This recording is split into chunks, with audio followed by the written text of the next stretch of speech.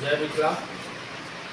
सबसे पहले समस्त मिथिलावासी के आई मैथिल पुनर्जागरण प्रकाश अपन 100 अंक पूरा कलक, ताहि के लेल सब गोटा के धन्यवाद दै छी, आभार, अभिनंदन, अनंत अभिनंदन प्रकट करै छी। कारण ई अहीं सबक सहयोग छै, बल्कि ई कहब अहीं सबक कृपा छै जे आई हमरा सब एकटा, हालांकि यद्यपि बहुत अल्प उपलब्धि छै, लेकिन हमरा सब देखे जे एकटा हम सब जेना बीच समुद्र में छलांग मारने रही, से समुद्र से हम सब आब निकल के पूरा कोशिश कर रहल छी।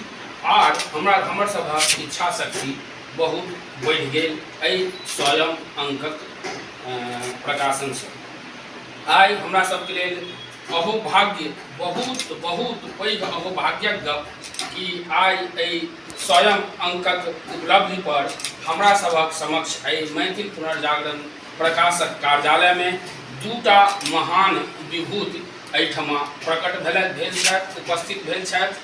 श्री मणिकांत झा जी और श्री राम श्रृंगार पांडे जी, दुनू गोटे चर्चित छथि। सब राम श्रृंगार पांडे जी एहिठमा हिनकर अपन स्कूल छनि, बहुत रास कएटा स्कूल सब छनि और सब गोटा हिनका जानै छथिन। तहिना श्रीमान मिथिला विभूति मणिकांत झा जी के जनिते छियै सब गोटे। तो ई हमरा लेल आज अति प्रसन्नता के गप, और एहिठमा मतलब हम अभिभूत छी जे हिनकर सबक एहिठमा आगमन भेलनि।